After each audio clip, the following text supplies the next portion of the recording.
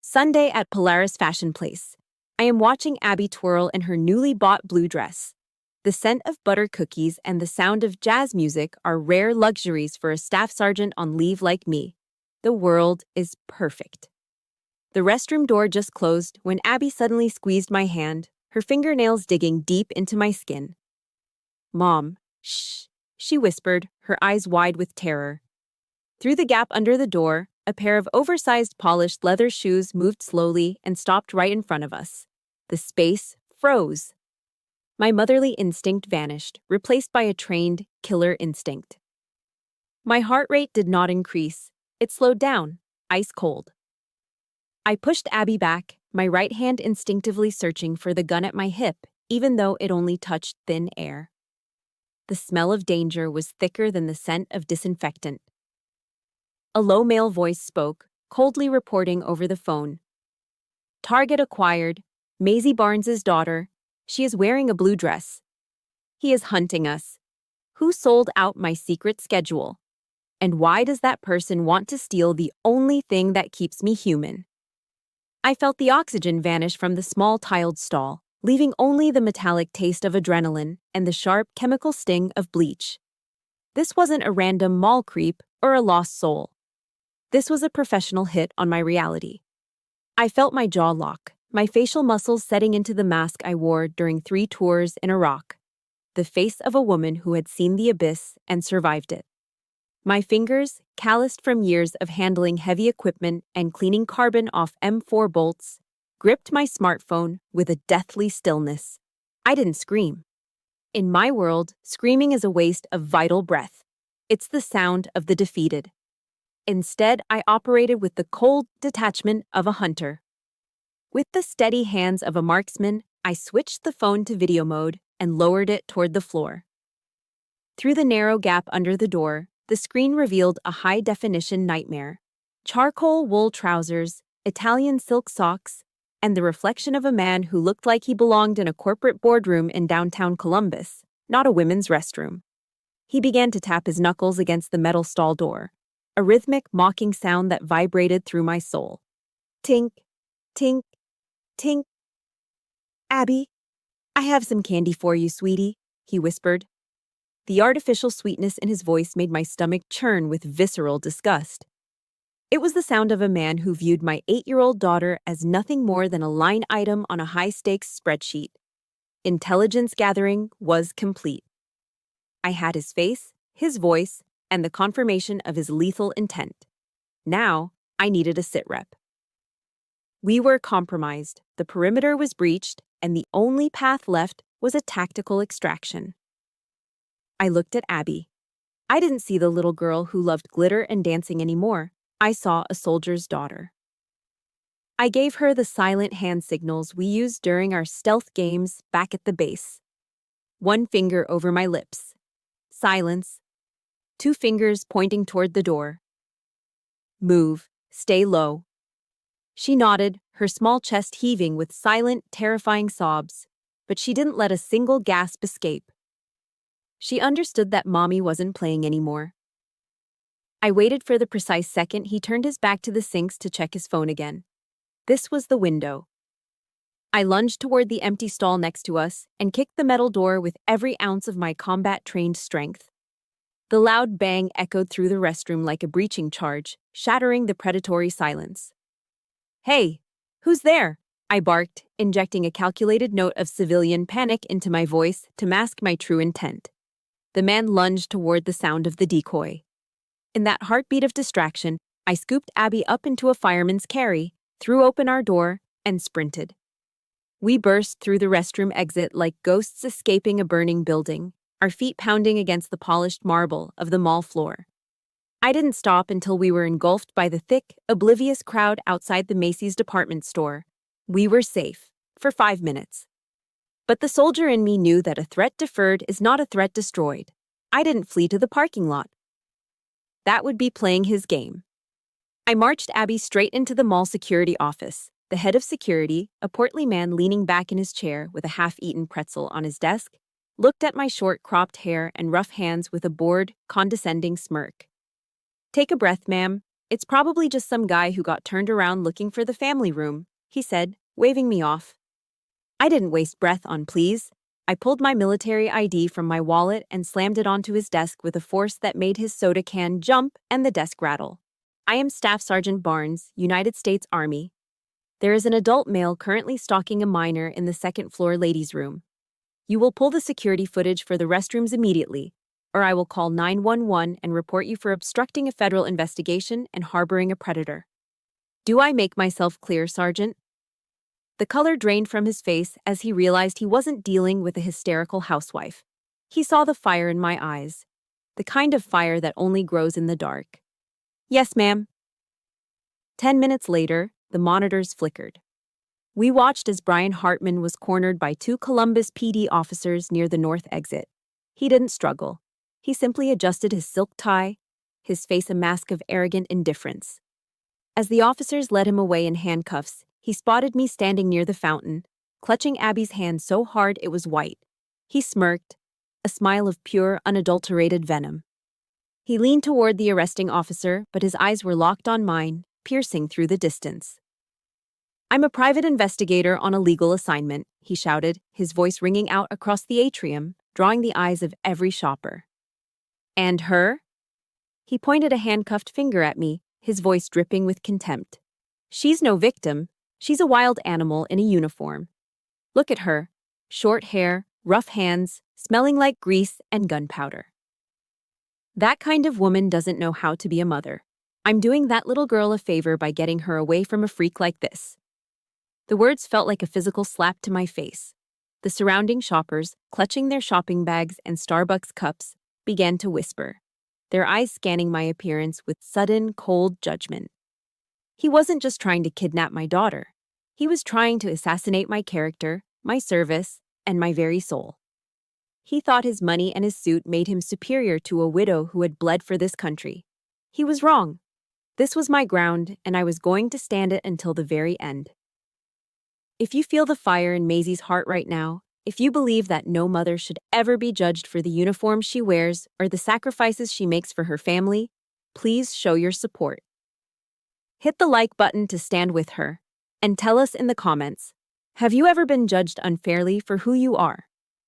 Just type, stay strong below if you are ready to see Maisie fight back for her daughter. Your voice is her strength. The fluorescent lights of the Columbus Police Department hummed with a sterile, buzzing energy that grated against my nerves like sandpaper. I sat on a hard plastic bench, my arm wrapped tightly around Abby. We were safe, or so the paperwork said, but the air in this room felt heavy, tainted by the lingering scent of old coffee and desperation. I watched the hallway, my eyes fixed on the heavy steel door of the processing area. Then he appeared. Brian Hartman wasn't wearing handcuffs anymore. Walking beside him was a man who looked like he had stepped off the cover of a legal journal. Sharp suit, leather briefcase, and a smile that cost $500 an hour. This was the rich man's get-out-of-jail-free card. The lawyer whispered something to the desk sergeant, a brief exchange that turned the officer's professional stiffness into a submissive nod. Hartman adjusted his silk tie, his eyes scanning the room until they landed on me. He didn't look like a man who had just been caught stalking a child. He looked like a victor. He walked toward the exit, but as he passed our bench, he slowed down. He leaned in just enough for me to smell his expensive cologne, a mixture of mint and something metallic. My client is very concerned about her granddaughter's safety, Hartman said, his voice a low, oily purr. She thinks the military environment is a bit too coarse for a young lady. She thinks you're staining the girl with gunpowder. He didn't wait for a response. He just smirked and walked out into the cool Ohio night. She. My nails dug so deep into my palms that I felt the skin break. There was only one person in my world who used the word coarse to describe my life. Margaret Louise Miller, my mother-in-law. A woman who lived behind a glass wall of old money and Upper Arlington pedigree, watching the rest of the world struggle through a telescope of judgment. My phone vibrated in my pocket. I pulled it out, my heart skipping a beat when I saw the name on the screen. Mike, my late husband's younger brother. Maisie, my God, I just heard. Is Abby okay? Mike's voice burst through the receiver, sounding breathless and frantic. Too frantic.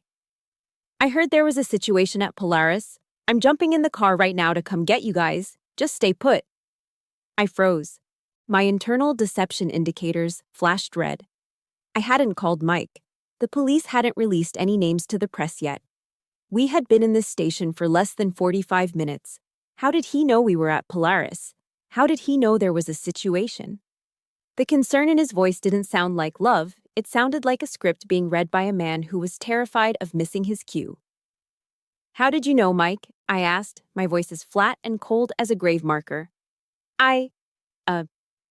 Someone posted something on Facebook? A woman in a uniform? I just had a feeling, he stammered, his bravado crumbling into a weak, pathetic stutter.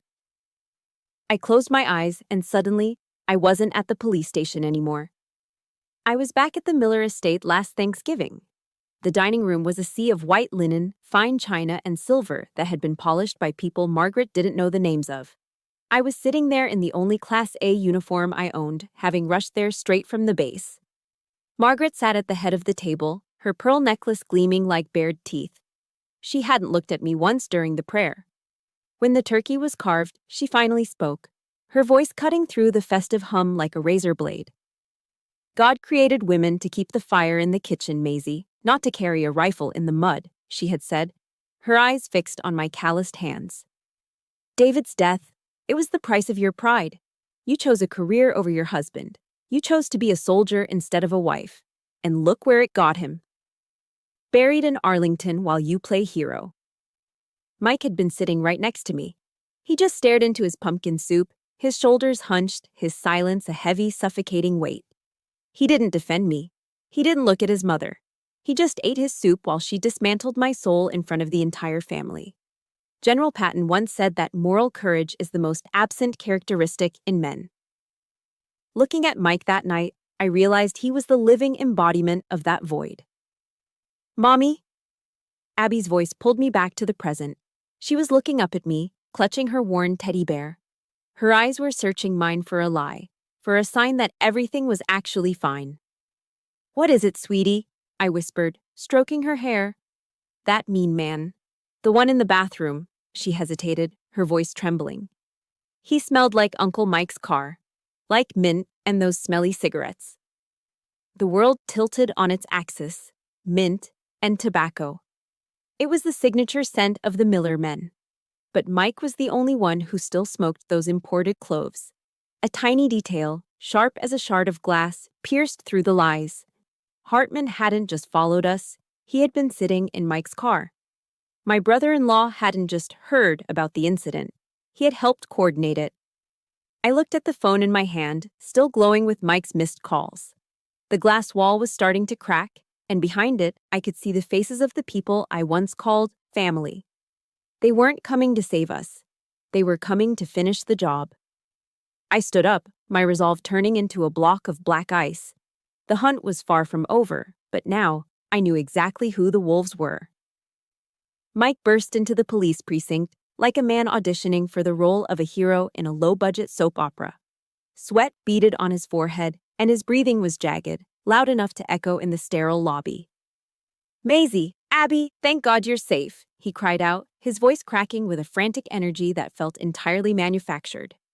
He lunged forward, his arms open as if to scoop Abby into a grand, protective embrace. I didn't think. I acted.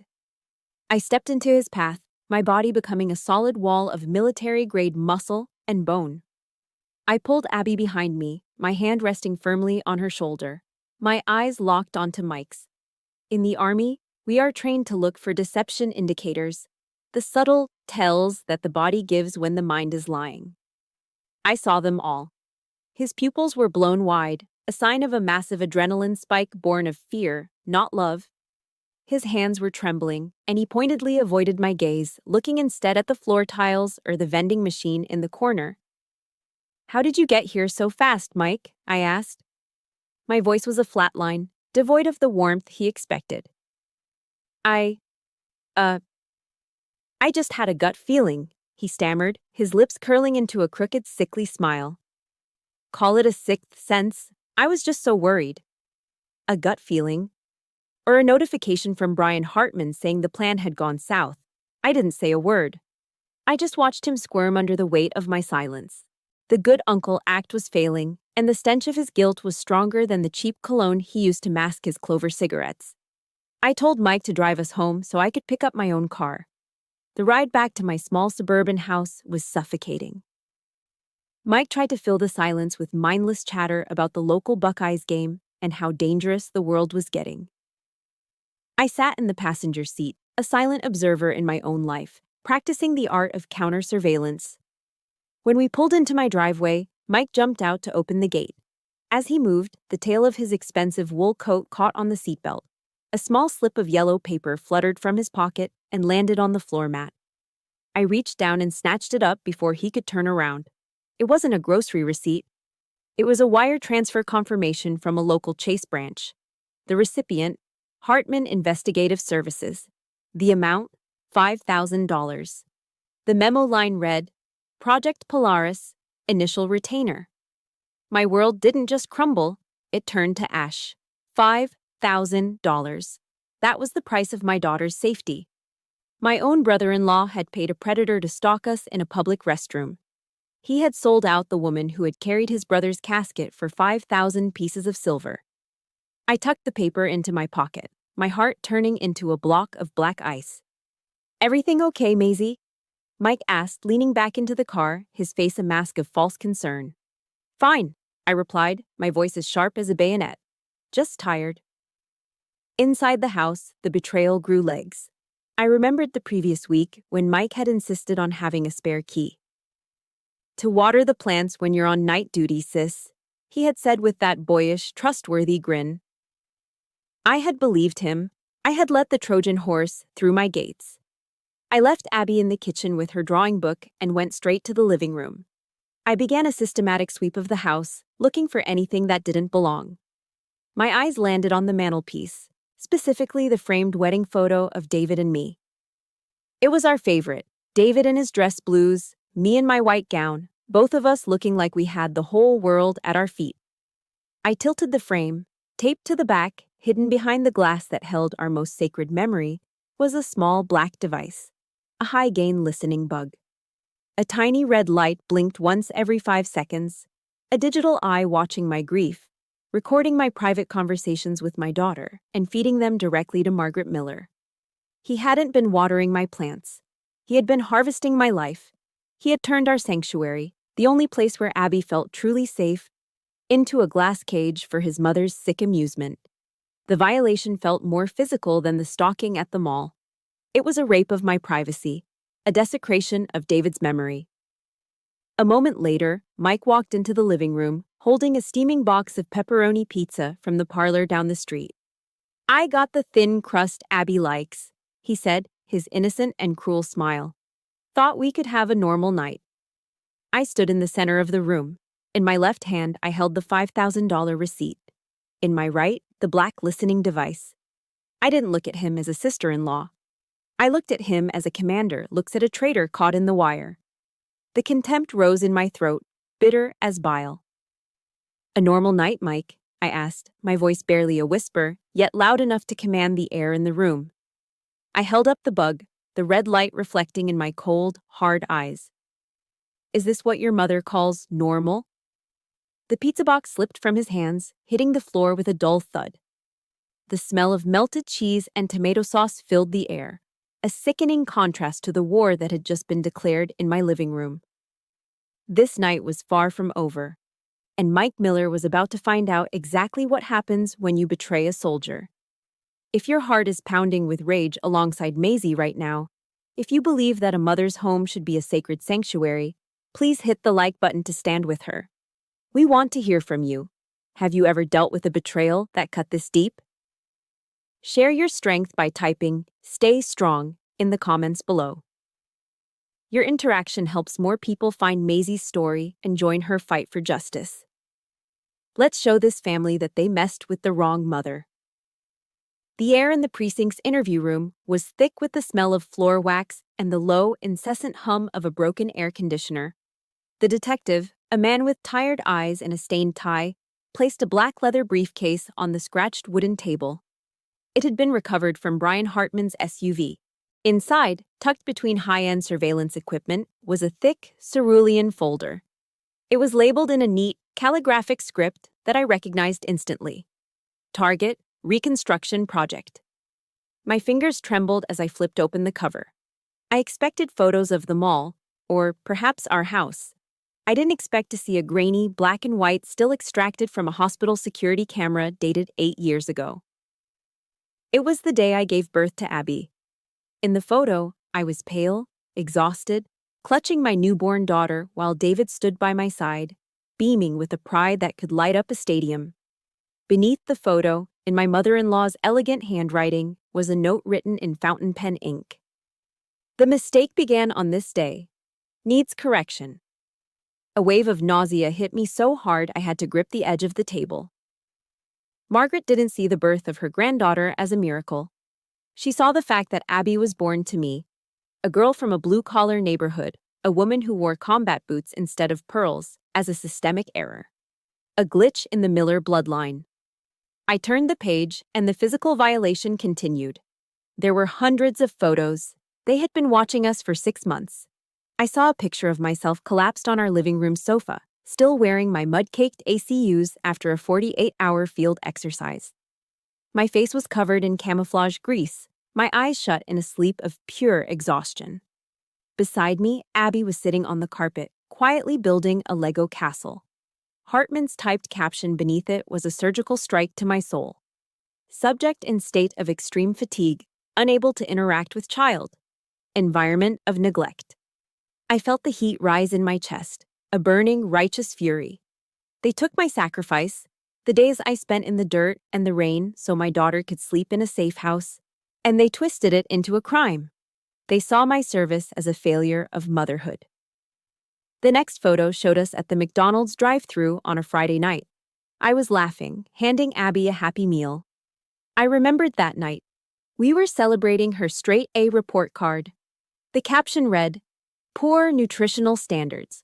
Routine abuse of junk food to compensate for maternal absence." Every hug, every meal, every tired smile I'd ever given my daughter had been documented, analyzed, and weaponized. They weren't looking for a mother. They were looking for a reason to erase me. But the true horror lay at the back of the file. It was a pre-filled, unsigned contract for St. Michael's Military Boarding Academy in Virginia. 800 miles away. Attached to it was a personal letter from Margaret to the headmaster. My granddaughter has been infected with the vulgar habits and the coarseness of the lower classes from her mother. The letter read, "I require the school's most ironclad discipline to wash her clean, to turn her into a true Miller lady. I want all traces of that woman removed from her spirit." She didn't want to raise Abby. She wanted to reprogram her. She wanted to ship an 8-year-old girl across state lines to a place of iron discipline, just to spite the woman her son had loved. It was a blueprint for psychological kidnapping. The final document was a financial spreadsheet. Margaret had listed my sergeant's pay, my housing allowance, and my modest savings account. Beside it, she had listed the Miller Family Trust, the real estate holdings, and her own 7-figure inheritance. The conclusion was highlighted in a violent, bloody red. Subject lacks financial capacity to provide a standard lifestyle. Recommend using economic leverage to force an immediate surrender of parental rights. She thought my love had a price tag. She thought that because she had more zeros in her bank account, she owned the rights to my daughter's heart.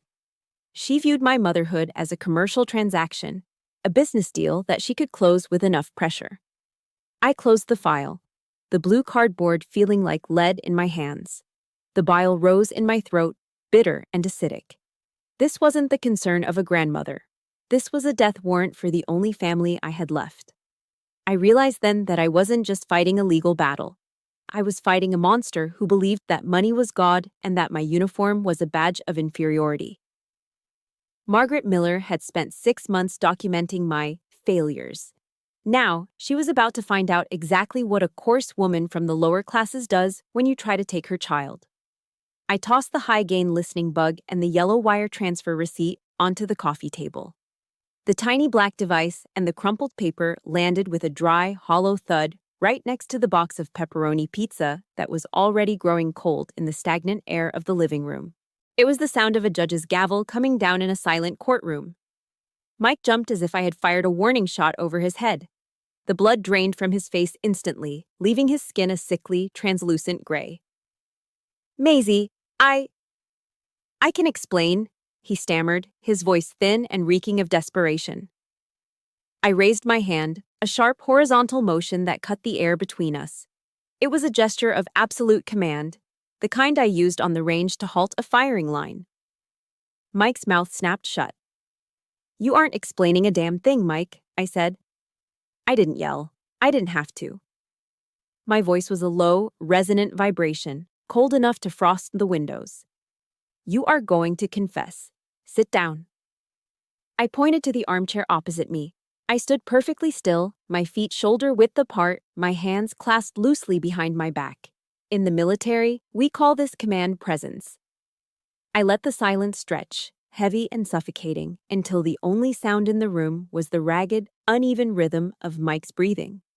He sat down slowly, his body hunching inward, shrinking until he looked like a small, frightened child caught in a lie he couldn't outrun. Why? I asked. One word. A single syllable that demanded an accounting for his soul. Mike bowed his head, and the first sob escaped him. A weak, pathetic sound. Tears began to track through the stubble on his cheeks, but these weren't tears of remorse. They were the tears of a coward who had been cornered. Mom said, "She said you weren't stable, Maisie," he sobbed, his voice trembling as he tried to wrap himself in the blanket of his mother's manipulation. "She told me your job was too dangerous. She said if you died in some desert halfway across the world, Abby would be left with nothing. She told me she just wanted what was best for the girl." I felt a cold, jagged laugh rise in my throat, but I didn't let it out. I just looked at him with pure, unadulterated contempt. What was best for her, Mike? Hiring a man to stalk an 8-year-old in a public restroom? That's what you call best? Or was it the plan to ship her off to a boarding school 800 miles away where she wouldn't remember the sound of my voice? Are you a complete idiot or just a goddamn sociopath? I moved closer, leaning down until I was inches from his face, forcing him to smell the gunpowder and the grit that Margaret so despised. I needed to shatter the delusion he had built to protect his fragile ego. I needed him to see the filth he had allowed into my home. I did it for David, Mike suddenly wailed, his voice rising in a desperate, high-pitched plea. He wanted me to protect this family. He would have understood. That was the breaking point. The mention of my husband's name coming out of his mouth felt like a physical violation. I stood up abruptly, walked to the fireplace mantel, and snatched the framed photo of David in his captain's dress blues. I didn't set it down. I shoved it directly into Mike's line of sight, inches from his watery eyes. "Don't you ever mention his name with that filthy mouth again," I hissed, my words sharp as a bayonet. "David died protecting the freedoms you're using to spy on his widow. He died for honor. He died for loyalty. Do you think he'd be proud of you right now, Mike? Do you think he'd look at his little brother and see a man? If David were standing in this room, he wouldn't be explaining things to you. He'd be throwing you out of this house with his bare hands." Mike crumbled. He put his face in his hands and began to weep uncontrollably, his shoulders shaking with the weight of his own insignificance. The image of his hero brother was the final blow that crushed his remaining defenses. "Tell me the truth, Mike, all of it, before I call the military police and have them drag you out of here in front of Abby." Through the gasping sobs, the ugly, naked truth finally bled out. She promised that if I helped her get full custody, she'd give me control over Abby's trust fund. I'm in deep, Maisie. I owe over $50,000 to an offshore gambling site. They were threatening to come to the office. I needed the money. I just needed the money. I stood frozen, the silence in the room suddenly deafening. $50,000. That was the price of a mother's heart. My mother-in-law hadn't just used Mike's weakness. She had bought it. She had turned my own family into a mercenary force to steal my daughter's future so she could pay off a coward's gambling debts. A wave of visceral disgust washed over me, stronger than any fear I'd felt at the mall. This family wasn't just broken, it was a rotting corpse. Margaret Miller had spent $50,000 to buy a son's betrayal, and Mike had sold his soul for a pile of digital poker chips. I looked at Mike, recoiling as if from a poisonous snake. "Get out," I said, my voice barely a whisper. "Take your pizza and your lies and get out of my house before I lose whatever mercy I have left." Mike didn't argue. He scrambled to his feet, stumbling over the pizza box, and fled into the night. I stood alone in the center of my violated sanctuary, clutching David's photo to my chest. The first battle was over, but the war for Abby had only just begun. The morning sun crawled through the blinds of the county sheriff's office, casting long, barred shadows across the floor that looked like a cage. I was already there, sitting in a wooden chair with my spine straight as a bayonet. I wasn't wearing civilian clothes today. I was in my Class A dress uniform, the fabric crisp, the creases sharp enough to cut, and the medals on my chest gleaming with the weight of every sacrifice David and I had ever made. Then, the door opened and the air in the room died. Margaret Louise Miller didn't walk in. She made an entrance. She was draped in a tailored Chanel suit the color of a winter storm. A multi-strand pearl necklace resting against her throat like a polished yoke. She moved as if she owned the very air we breathed, followed closely by a man in a $3,000 suit. A lawyer known in Columbus as the Shark for his ability to make truth disappear. She didn't look at me. To Margaret, I was just part of the furniture, a piece of low-class debris to be swept away. She sat down, crossing her legs with a rustle of expensive silk, and looked directly at the sheriff. "Sheriff Thompson," she began, her voice a practiced melody of upper-class concern. "I'm here to demand the immediate release of my investigator and to file a formal complaint. My daughter-in-law—" She flicked a manicured hand in my direction without turning her head. "Used physical intimidation to threaten my son last night. She is a violent woman, Sheriff. A byproduct of her environment." She was flipping the script. She was turning my defense of my home into an act of thuggery. "I am merely a worried grandmother," Margaret continued, her voice trembling with a well-rehearsed tremor. "My granddaughter is living in a cramped apartment that reeks of gunpowder and sweat. Her mother is gone for weeks at a time, playing soldier in some godforsaken desert. Abby needs stability. She needs culture. She needs class."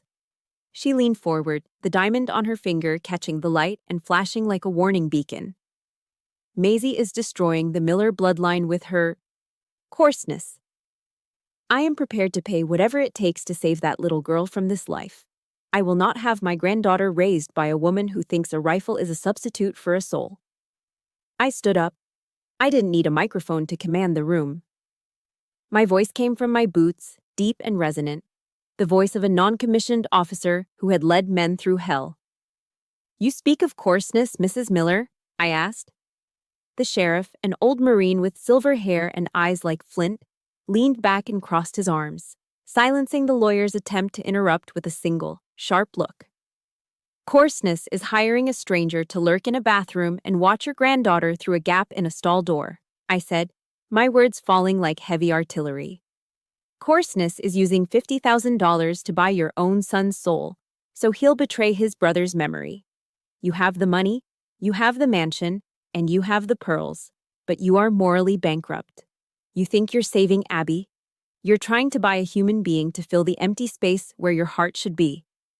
Margaret's face tightened, the skin pulling back over her cheekbones until she looked like a porcelain mask. "Class is something you are born with, Maisie. It is not something you can earn with a few pieces of tin on your chest." "These pieces of tin," I said, gesturing to my medals, "were earned in the arena. They were earned with blood, sweat, and the kind of grit you couldn't imagine in your wildest nightmares. Teddy Roosevelt once spoke of the man who is actually in the arena, whose face is marred by dust and sweat. That's me. I've been in the arena for my country, and I'm in the arena for my daughter. You?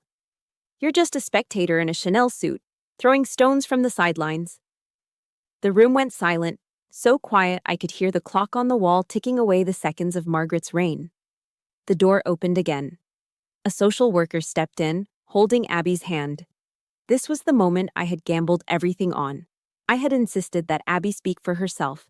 Margaret's eyes lit up with a predatory gleam. She stood up, spreading her arms wide. Abby, darling, come to Grandma. We're going to go get some ice cream, and then we'll look at your new room at the academy. It has a view of the gardens. Abby stopped. She looked at the grandmother who offered her gardens and ice cream, and then she looked at me, her mother, standing in a uniform that smelled of starch and duty. Abby didn't run to the pearls. She shrunk back, tucking herself behind my leg, her small hand gripping my trousers so hard her knuckles turned white. No, Abby said. Her voice was small, but it cut through Margaret's polished facade like a diamond through glass. Grandma, you made Uncle Mike cry. You made my mommy sad. I don't want to go to a school with a garden. I want to stay in my house. I want my mommy. Margaret stood frozen, her arms still open in a grotesque parody of a hug. For the first time in her life, her money was worthless. Her power was an empty shell. Her low-class daughter-in-law had something that all the Miller millions could never buy: the unconditional love of a child. If you felt the power in Abby's voice just now, if you believe that a mother's love is worth more than all the gold in the world, please hit the like button. This is the moment Maisie has fought for, and she needs to know you are standing with her. Tell us in the comments. What would you say to someone who tried to buy your family? Type justice below if you are cheering for Maisie and Abby right now. Your voice makes this victory even stronger. The final strike of the judge's gavel did not ring out with the thunderous triumph I had expected. Instead, it was a dull, wooden thud that signaled the end of my life as I knew it. The Franklin County Courthouse felt like a tomb of cold marble and bitter truths. Within those walls, the law had carved a permanent line in the sand. 5 years, 1,000 feet. That was the distance Margaret Louise Miller was now legally required to maintain between her venom and my daughter's soul. I watched as the court officers escorted her out. She didn't scream or fight. A woman of her standing wouldn't dream of such a vulgar display in public. She simply straightened her Chanel jacket, her movements stiff and robotic. But as she passed me, she turned her head just enough for me to see her eyes. They were the eyes of a rattlesnake whose fangs had been pulled, full of a quiet, concentrated hatred that promised the war was far from over. Behind her, Mike drifted like a ghost. His head bowed so low I could only see the crown of his hair. He was a man who had lost everything: his brother's legacy, his sister-in-law's trust, and his own dignity, all for a gambling debt he could never truly repay. The drive back to our suburban home in the outskirts of Columbus was silent. The evening rain began to fall, a soft rhythmic patter against the windshield that sounded like muffled tears. When we stepped inside, the air in the apartment felt different. It was lighter without the hidden microphones and the heavy shroud of Margaret's surveillance, yet it was also hauntingly empty. The space seemed to have expanded, the walls stretching further apart as if mocking my sudden solitude. Abby went straight to her room, but her usual laughter was missing. I began to move through the house with a frantic, desperate energy. I grabbed a large black trash bag and started in the living room. I moved toward the corner where Mike's gifts were piled: the expensive remote-controlled cars, the plush bears with their plastic, unblinking eyes, and the bright Lego sets he used as bribes. I threw them into the bag, one by one. Each dull thunk against the plastic was a reminder of a lie. I needed to purge this sanctuary. I needed to scrub the scent of mint and clover cigarettes from the curtains until only the smell of home remained. By the time I finished, my hands were shaking and my breath was coming in jagged, uneven gasps. I was a staff sergeant. I had led troops through sandstorms and mortar fire, yet cleaning out a child's playroom felt like the hardest mission I had ever undertaken. I realized then that the obstacle was indeed the way. The pain of this isolation was the price of our freedom.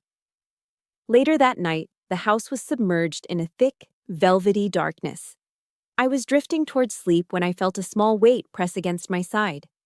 Abby crawled under my duvet, her small body shivering despite the warmth of the house. She clung to me as if I were the only solid thing left in a world made of smoke. "Mommy," she whispered, her voice thick with unshed tears. "Are Grandma and Uncle Mike bad people?" The question felt like a bayonet to the chest. How do you explain the complexities of greed and generational trauma to an 8-year-old girl? I stroked her hair, staring up at the ceiling where the shadows of the oak trees outside danced like monsters. They aren't all bad, honey, I said, choosing my words with the precision of a sniper. But they let bad thoughts lead them down a dark path. Sometimes people get so lost in their own selfishness that they forget how to love the right way. To keep you safe, we have to stay away from that darkness. We have to be our own light. Abby eventually fell into a fitful sleep, her breathing finally evening out against my shoulder. I, however, remained wide awake. I climbed out of bed and walked into the kitchen, pouring myself a glass of Cabernet. It was the cheap stuff from the local grocery store, acidic and sharp, but I needed something to ground me. I sat on the floor in front of the fireplace, looking up at the framed photo of David. He looked so young in his captain's uniform, his eyes filled with a bright, uncomplicated hope for a future we would never share. "I'm sorry, David," I whispered to the empty room. My voice was a hollow rasp that barely broke the silence. "I had to do it. I had to banish your mother and your brother. I had to tear your family apart to save our daughter.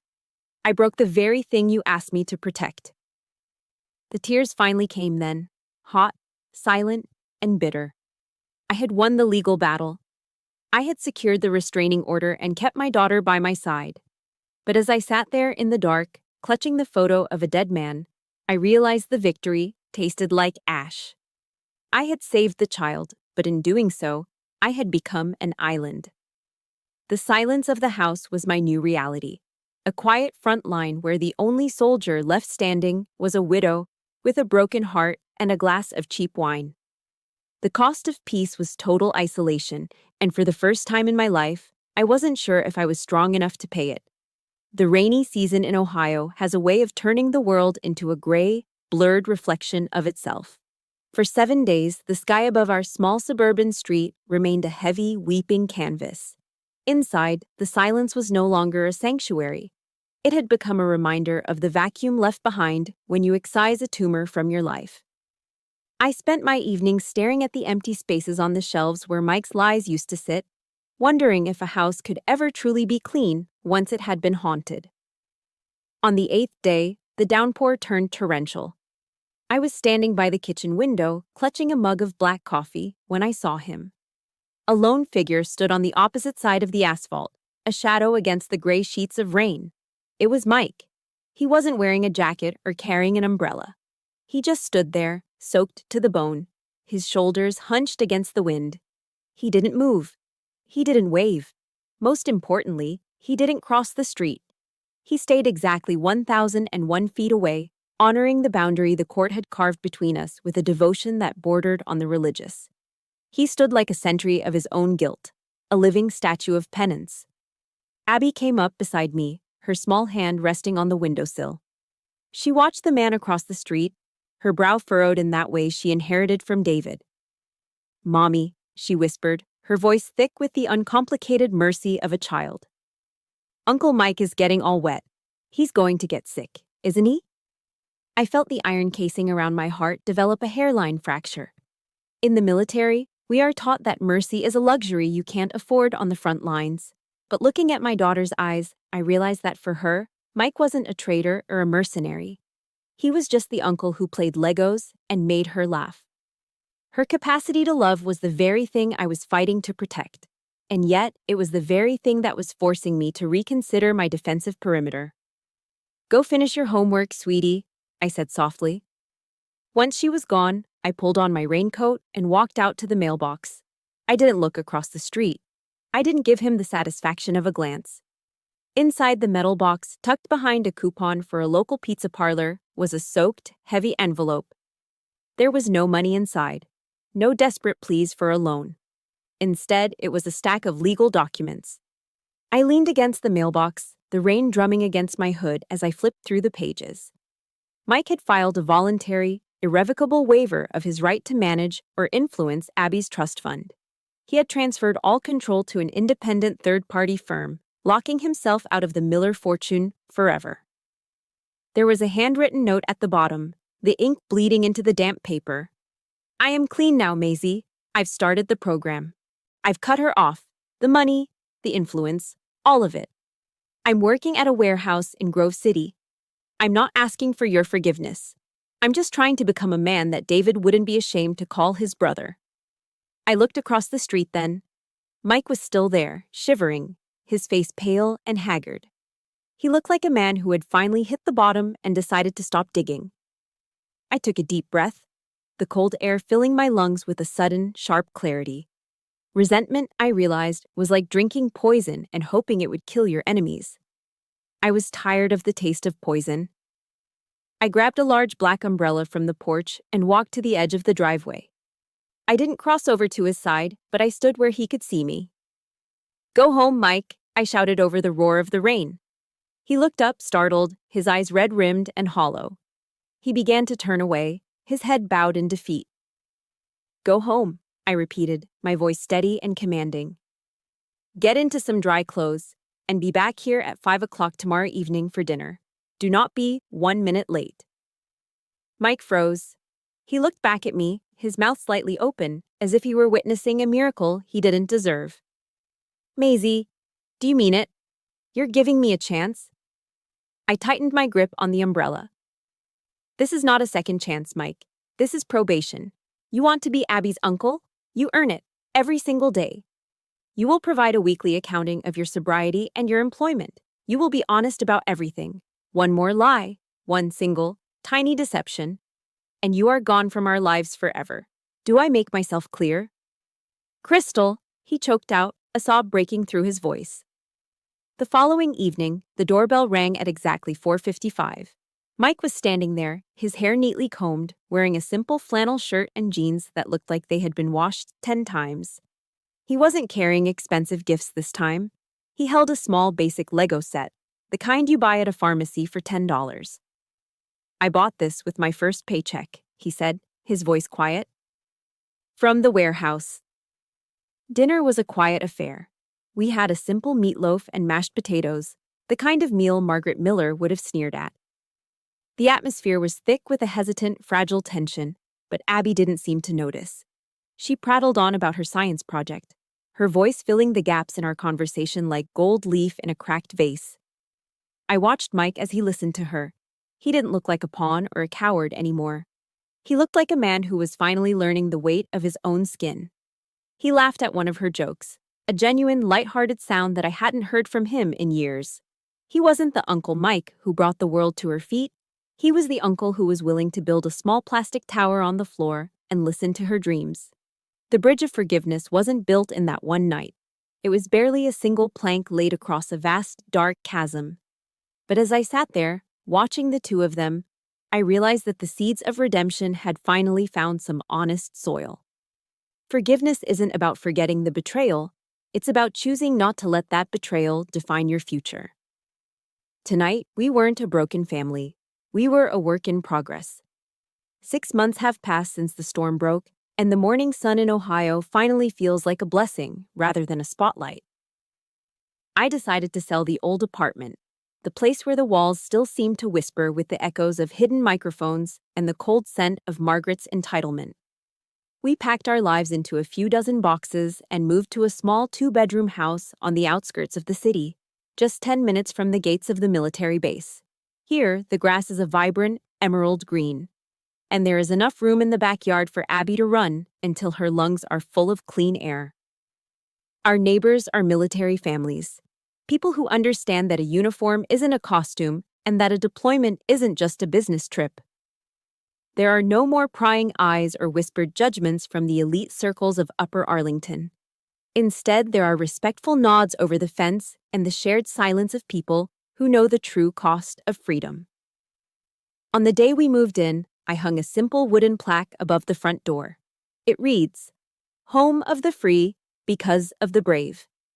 Every time I look at it, I feel a surge of quiet, unshakable pride. Mike kept his word. He stayed in the program, attended every session, and took the hardest path he could find. He didn't ask for a loan or a handout. He found work at a local lumber yard in Grove City, traded his designer suits for rugged work boots, and spent his days hauling timber until his hands were calloused and his back was sore. He comes over every Saturday afternoon.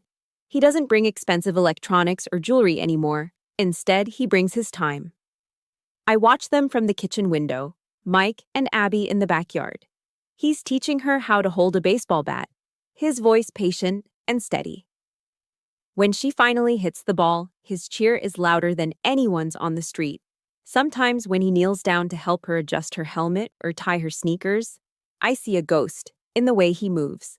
I see a flicker of David in the curve of his smile and the protective way he stands over her. Mike isn't trying to replace my husband, and he knows he never could. But he is finally becoming the man David always believed he could be, a man of his word, a man of character, and a true uncle. In the gilded hallways of Upper Arlington, the news is much colder. Margaret Miller lives alone in that sprawling mansion, a queen without a kingdom. The scandal of the blue file and the restraining order didn't just stay in the courtroom, it bled into the local newspapers and the country club gossip.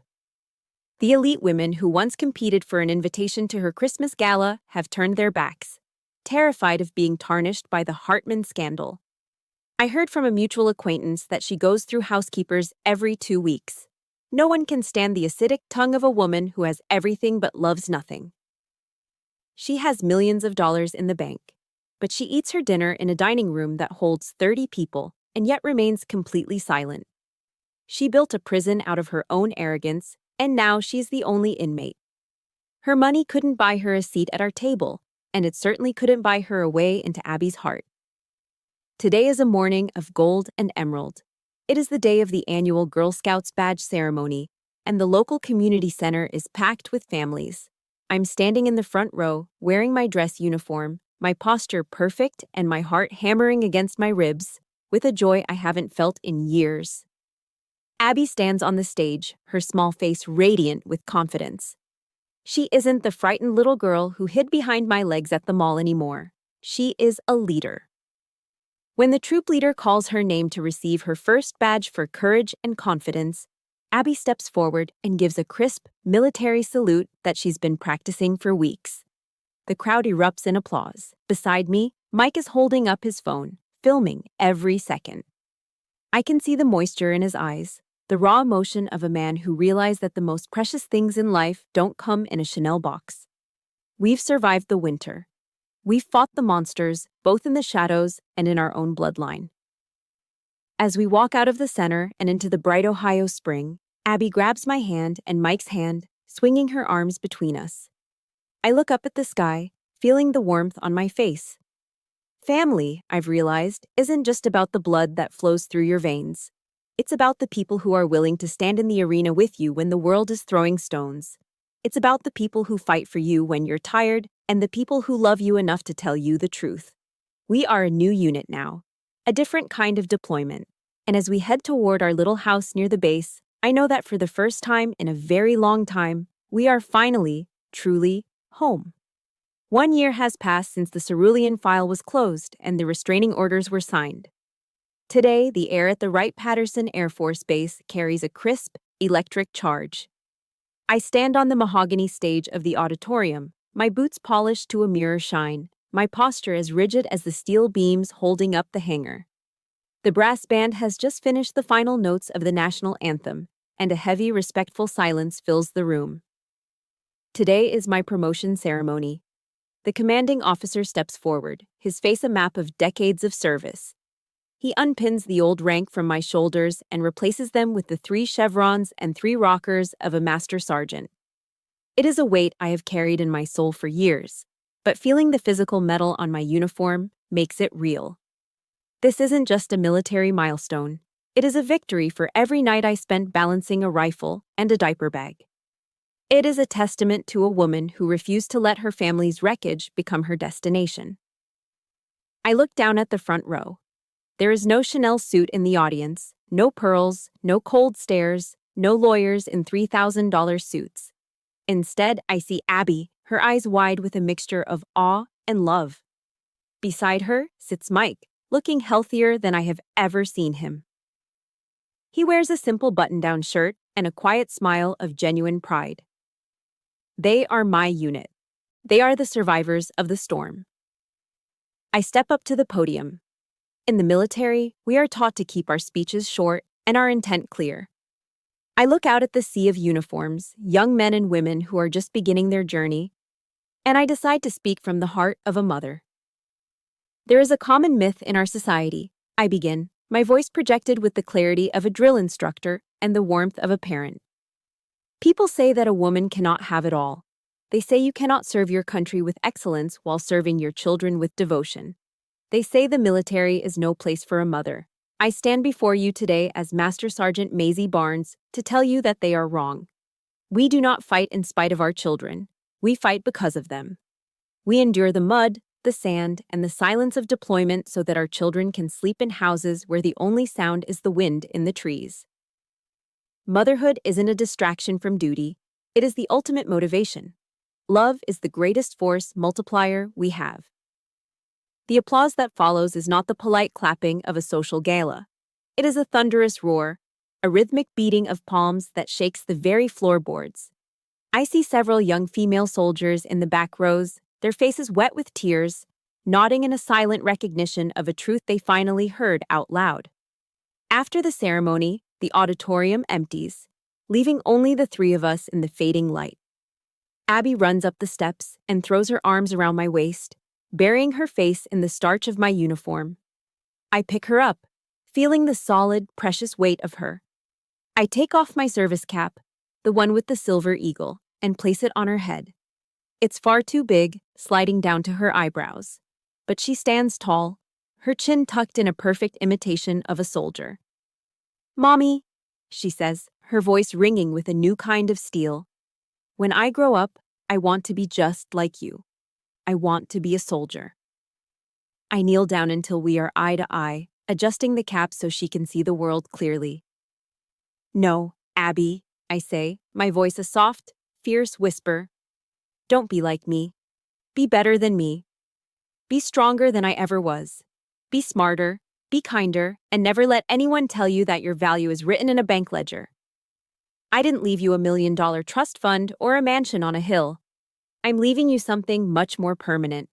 I'm leaving you the legacy of your own name. I'm leaving you the knowledge that you are a Barnes and we do not break."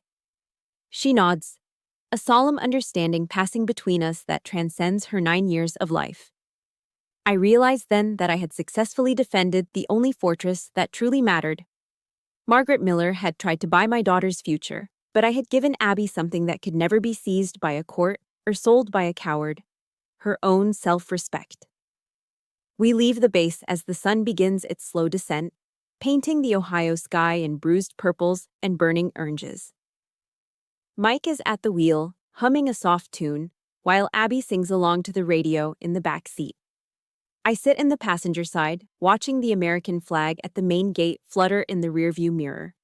The road ahead is long, and there will be other battles. There will be nights of doubt and days of struggle. But as I look at my reflection in the window, I don't see a victim. I don't see a grieving widow or a woman defined by a betrayal. I am Master Sergeant Maisie Barnes. I am a mother. I am a warrior. And I have brought my family home to stay. Perpetual optimism isn't just a phrase, it is my armor.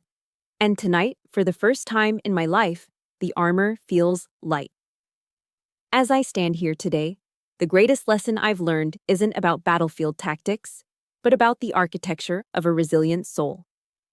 Life will test your perimeter, and sometimes the breach comes from those you trusted most. But remember this: your value is never defined by someone else's bank account or their narrow perception of your worth.